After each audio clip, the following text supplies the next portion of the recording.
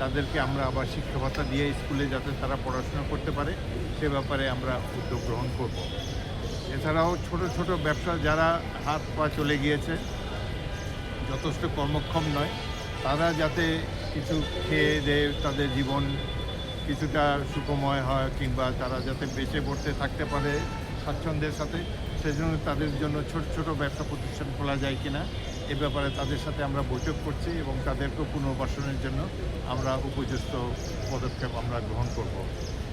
আমাদের সরকার জুলাইতে যারা আহত শহীদ এই পরিবারগুলোর কল্যাণের জন্যে আমরা খুবই কনসার্ন এবং এ ব্যাপারে আমরা প্রয়োজনীয় ব্যবস্থা গ্রহণ করব। মাননীয় প্রধানমন্ত্রী কি বললেন? মাননীয় প্রধানমন্ত্রী তিনি অ্যাপ্রিসিয়েট করেছেন, তিনি আরও জানতে চেয়েছেন এবং তিনি আরও সাজেশন দিয়েছেন, বিশেষ করে শিক্ষার ক্ষেত্রে।